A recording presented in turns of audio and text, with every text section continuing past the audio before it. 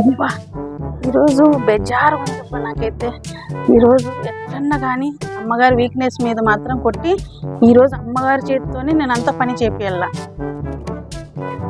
అమ్మగారు అమ్మగారు రా అమ్మా, ఇంకా అమ్మగారు అమ్మగారు అంటావేంది? ఎంత పనింది తెలుసా ఇంట్లో, తొందరగా రా. అమ్మగారు లేట్ ఎందుకైందో తెలుసా? పక్కింట్లో మొగుడు బెల్లం కొట్లాడుతుంటే వాళ్ళ గొడవ వినకుండా లేట్ అయింది అమ్మగారు. పక్కింట్లో వాళ్ళు కొట్లాడుతున్నారా? మరి ఆ విషయం చెప్పొచ్చు కదా, కూర్చో ఆ విషయాలు చెప్తూ రా, కూర్చో ఫస్ట్. అబ్బా, పక్కింటి విషయాలు తెలియకపోతే నాకు నిద్రే పట్టదు తెలుసా. ఫస్ట్ వాళ్ళు ఎందుకు కొట్లాడినారో ఆ విషయాలు చెప్పు. అబ్బా ఆశ దోశ అప్పడం వడ నీ ఇంట్లో పని అంతా ఎవరు చేస్తారు అమ్మగారు? పక్కింటి వాళ్ళు గొడవ చెప్తాంటే. చెప్పవే చెప్పవే చెప్పవే, నా వీక్నెస్ తెలుసు కదే నీకు. పక్కింటి విషయాలు తెలియకపోతే నేను అన్నం కూడా తినలే. ఇంట్లో పనులు మరీ చేసుకోవచ్చు, కానీ పక్కింటి విషయం చెప్పవే ప్లీజే.